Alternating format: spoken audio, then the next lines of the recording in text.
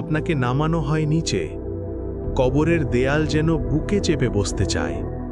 আর তারপর পরে প্রথম মুঠো মাটি। শব্দটা আপনি শুনতে পান, কিন্তু আপনি কিছু বলতে পারেন না।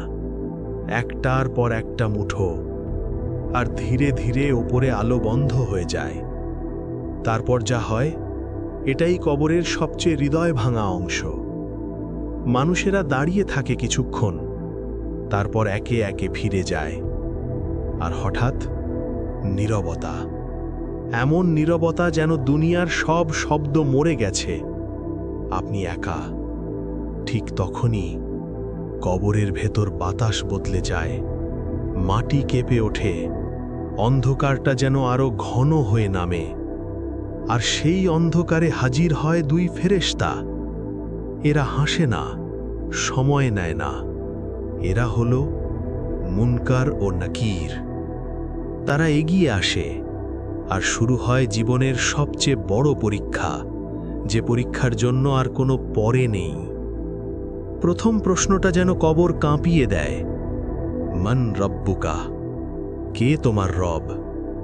কবর নিঃশব্দ, কিন্তু সেই নিঃশব্দতা যেন চিৎকার করছে।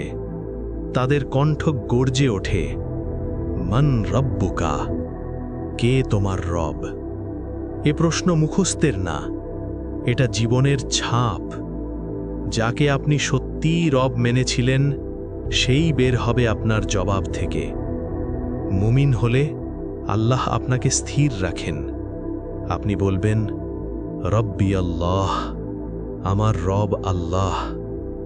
তারপর প্রশ্ন, মা দীনুকা, তোমার দিন কি? দীন ইয়াল ইসলাম, আমার দিন ইসলাম। তারপর মান নবিয়ুকা, তোমার নবী কে? আপনি বলবেন, মুহাম্মদ সাল্লাল্লাহু আলাইহি ওয়াসাল্লাম। আর ঠিক ওই মুহূর্তে কবর আর আগের মতো থাকে না। দেয়ালগুলো সরে যায়, কবর প্রশস্ত হতে থাকে। একটা জানালা খুলে যায়, সেখান থেকে আসে জান্নাতের সুগন্ধ, শান্তির বাতাস। আর ঠিক তখনই কবরের ভেতর প্রবেশ করে এক সুন্দর সত্তা। সাদা পোশাক, উজ্জ্বল মুখ, অপূর্ব ঘ্রাণ।